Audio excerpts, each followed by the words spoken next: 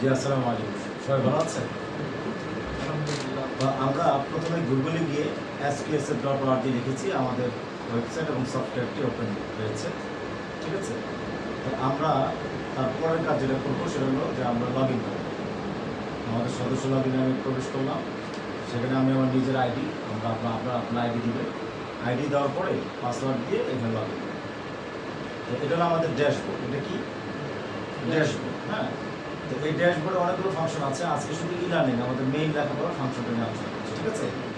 তো আমাদের এই লেখাপড়ার ফাংশনে আমাদের এখানে একটা আছে সার্চ সিলেক্ট কন্টেন্ট, অর্থাৎ আমরা এই সফটওয়্যার থেকে নির্দিষ্ট কোনো বিষয়ে যদি আলোচনা শিখতে চাই, জানতে চাই বা পড়াতে চাই, তখন আমরা ওই শব্দটা লিখি। যেমন বাচ্চারা মিথ্যা কথা বলে অথবা কারো জিনিস চুরি করে নিয়ে যায়। তো আমরা লিখলাম যে বাংলায় লিখলাম এখানে, যেমন চোর লেখা। তো এই যে চুরি কি ও কেন, চোর কাকে বলে, এর পরিণতিগুলো কি কি, বা ছোট বন্ধুরা বলো তো কারো জিনিস না বলে নেওয়াটা কেমন। তো আমরা এখান থেকে যে কোনো একটা জিনিসকে আমরা সিলেক্ট করতে পারি। ঠিক আছে? এই যে চলে আসছে, এখন আমি ভিউ ডিটেলস দিলাম। তো এখানে চুরি কাকে বলে, আমার সন্তানদেরকে যদি, শিক্ষার্থীদেরকে আমরা চুরি কি এটা যদি না শেখাই, তাহলে কি সে চুরি থেকে বাঁচতে পারবে? পারবে না। তাহলে তার চুরি, অন্যের জিনিস না বলে নেওয়া এবং কীভাবে নেওয়া, এই বিষয়টা আমি তাদেরকে শেখাতে পারবো। তো আমরা এখান থেকে জিনিসটা এগুলো শিখতে পারি। ঠিক আছে? তাহলে চুরি কী ও কেন, চোর কাকে বলে, সুন্দর করে লেখা আছে, আমরা এখান থেকে এটা পড়ে শিখি। এত বুঝতে পেরেছেন? আবার ব্যাকে গেলাম, হ্যাঁ সার্চ টাইলে আবার ব্যাকে গেলাম। ব্যাকে গিয়ে আবার আমি এখানে সার্চ দিলাম। এভাবে করে আমরা সার্চ দিয়ে দিয়ে যে কোনো বিষয় লিখলাম। মাদক কি, এখান থেকে বাঁচতে হলে আমাদের সন্তানদেরকে বোঝাতে হবে যে মাদক। তো এখানে মাদক সংক্রান্ত সব লেখাপড়া চলে আসছে। তারপর আমরা ওকে আল্লাহর উপর ভরসা কি, আমরা যদি আল্লাহর উপর ভরসা করা শিখতে না পারি বা শিখাতে না পারি, তাহলে সে তাওয়াক্কুল আল্লাহ শিখবে না। তো আমরা এখান থেকে আল্লাহর ভরসা কি ও কেন, আমরা এখান থেকে শিখতে পারবো আল্লাহর ভরসা কি জিনিস। তো এভাবে করে আমরা বিভিন্ন বিষয় বের করে আমরা এভাবে করে কী করবো, শিখবো বা শিখাবো। ঠিক আছে? তো এখন এই বিষয়গুলো সুন্দর করে সাজিয়ে দেওয়া আছে। এখন আমি এভাবে বের না করে যদি আমরা আরেকটা সিস্টেম আছে যে অল সাবজেক্ট স্মার্ট লাইব্রেরিতে কতগুলো সাবজেক্ট আছে। এখানে স্কুল, কমি মাদ্রাসা, আলিয়া মাদ্রাসা, সামাজিক কাজ, হ্যাঁ, তারপর মুক্ত, সব বিষয় এখানে আছে। তো আমরা যে কোনো একটা সাবজেক্ট সম্পর্কে যদি শুরু থেকে আজ পর্যন্ত এই সফটওয়্যারে কী লেখাপড়া হয়েছে, কত কন্টেন্ট আছে, সব যদি আমি জানতে চাই, তাহলে আমি স্টার্ট ডেটে এখানে এসে 2021 সাল দিব। ঠিক আছে? স্টার্ট ডেট 2021 সালে আমি এখানে সিলেক্ট করবো, আর আজকে ডেট পর্যন্ত আমি এখন সার্চ দেবো। তো সার্চ দিলে একদম 2021 সাল থেকে আজকে পর্যন্ত যত কন্টেন্ট আছে সব কন্টেন্ট এখানে শো করেছে। কারণ আমি যদি এবার টেনে নিচে গিয়ে দেখতে পারি, দেখেন এই যে আসছে হাজার কন্টেন্ট এখানে আসছে। ইখলাস কি কেন, কারণ আমি যদি এখানে ডাইরেক্ট ঢুকে যাই তাহলে এই পেজটা আবার চলে যাবে। এই জন্য আমি নতুন ট্যাব ওপেন করলাম। নতুন ট্যাব মানে নতুন করে আর একটা পেজ ওপেন করলাম। এখান থেকে বাছাই করে, হ্যাঁ, এই কথা তো সুস্বাদু ফল সবল, হ্যাঁ, এটা কিও কেন, রাতারাতি বড়লোক হওয়ার জন্য হারাম অবৈধ পন্থা অবলম্বন করা উচিত নয়। ঠিক আছে? শুধু সময়কে গুরুত্ব দিয়ে পরিশ্রম করে যান, বেশি অভিযোগ করা থেকে বিরত থাকুন।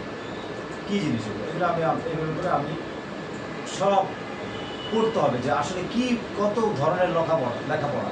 যেহেতু আমরা মানসিক সুস্থ নিয়ে কাজ করি, মানসিক অসুস্থতা কী ও কেন, এবং এই মানসিক সুস্থ হওয়ার জন্য কত এলেম দরকার, জ্ঞান দরকার, সব এখানে আছে আলহামদুলিল্লাহ। তো আমি এটাকে নিয়ে ঘাটাঘাটি করতে হবে, বারবার দেখতে হবে বা পড়তে হবে। তো এইভাবে দেখতে আমার এমন একটা যোগ্যতা হয়ে যাবে একটা সময় যে আমার বাচ্চা যখন আমাকে বলবে, বাচ্চার আচরণ দেখে বা মানসিক অসুস্থতা দেখে আমি অটোমেটিক বুঝে ফেলবো যে কী সুস্থ, মানে কী আলোচনা তাকে করতে হবে, কী কাউন্সিলিংটা আমি তাকে করবো। তখন আমি ওটা লিখে কাউন্সিলিংটা করবো, তাই কাউন্সিলিং বিষয়টা বুঝতে পেরেছি। ডাক্তার যেভাবে কী করে, ডাক্তার যেভাবে রোগীর কথা শুনে, হ্যাঁ, রোগীর ফাইলপত্রগুলো দেখে সে ওষুধ মেডিসিন লিখে দেয়।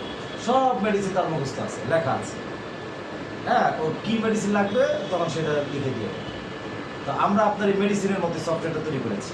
তো আপনার এই মানসিক কাউন্সিলিং করার জন্য আপনার কী দরকার, আপনি সেটা এখন পড়াশোনা করতে করতে, ঘাটাঘাটি করতে করতে, ডাক্তার যেমন মেডিসিন নিয়ে পড়াশোনা করতে করতে সব তার মুখস্থ হয়ে গেছে, আপনিও এটা নিয়ে ঘাটাঘাটি করতে করতে আপনার কী হয়ে যাবে, একসময় মুখস্থ হয়ে যাবে। এবং এখন আপনি যদি এটাকে সময়কে কাজে না লাগান, আপনি যদি এটাকে এভাবে করে অধ্যয়ন না করেন, তাহলে আপনার স্কিল কখনোই ডেভেলপ হবে না এবং আপনি কখনোই এই লাইনে সফল হবেন। ঠিক আছে, এই জন্য আপনি সময় পাইলেই এখান থেকে এই কাজগুলো করতে হবে। যেমন দেখেন এই চিত্র দিয়ে দেখানো হয়েছে যে অবৈধভাবে ইনকাম করলে আল্লাহ তাআলা এইভাবে অন্য দিক দিয়ে নষ্ট করে দেয়। এই জন্য এখানে দেখা যায় রাতারাতি বর্ণক হওয়ার জন্য হারাম অবৈধ পন্থা অবলম্বন করছি, আমরা জালেম জুলুম করি। এখানে আমরা সুন্দর করে ছবির মাধ্যমে বোঝানোর চেষ্টা করছি। তো তার স্মার্ট লাইব্রেরি ও কাউন্সিলিং সেন্টারে যে আমাদের প্রথম যে সাবজেক্টটা সেগুলো কি কাউন্সিলিং শিক্ষা। এর পাশাপাশি আমরা এখানে কী ব্যবস্থা করেছি, একাডেমিক পড়াশোনা আমাদের বাচ্চাদের সব কিছু এখানে সহায়ক, মানে এটা ব্যবস্থা করে দিয়েছি। যেমন এখানে দেখা যাচ্ছে নো কন্টেন্ট, মানে আসলে 2021 সাল থেকে আমাকে দিতে হবে, আজকে তো আসলে কন্টেন্ট নাই। এইটা যেমন আমি সার্চ দেবো যে শুরু থেকে শিশুর আরবি হাতে করি সবগুলো ক্লাস এখানে চলে আসছে। আমি এখন এখান থেকে একটা হরফ বের করে একটা ক্লাস বের করে আমি বাচ্চাদেরকে পড়াবো। ঠিক আছে, একটা করে বাচ্চাদের ভেরিয়েশন যেন সে মনোযোগ তার ঠিক থাকে, একটা পিকচার দেওয়া আছে, পিকচারে গল্প করব, আবার এটাকে কালার করব, আবার এটাকে কোথায় আছে খুঁজে বের করবে তার কায়দা থেকে, আবার এটা বোর্ডে লিখবে, হোয়াইট বোর্ডে লিখে আবার করবে। এইভাবে করে আমরা প্রতিটা ক্লাসকে সাজিয়ে দিয়েছি যেন একজন শিক্ষক তার ক্লাসে সে যেন সুন্দরভাবে পাঠদান করতে পারে। এগুলো হলো আমাদের অতিরিক্ত, কি বলেন তো, এই প্রতিষ্ঠানের অতিরিক্ত সার্ভিস। মেইন সার্ভিস হলো যে আমরা কাউন্সিলিং সেন্টার, এর পাশাপাশি একজন শিক্ষার্থীর একাডেমিক পড়াশোনা থেকে শুরু করে যত কিছু দরকার সব কিছু আমরা এখানে যুক্ত করে দিয়েছি। ঠিক আছে, যেমন প্রাক প্রাথমিক ক্লাসে চলে গেলাম, প্রাক প্রাথমিক সরকারি বইগুলো এখানে আছে, শীটগুলো আছে। আমি এখান থেকে এই যে বই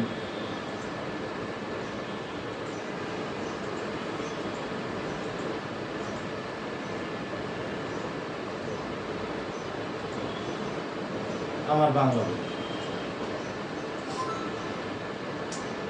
আচ্ছা চাকমা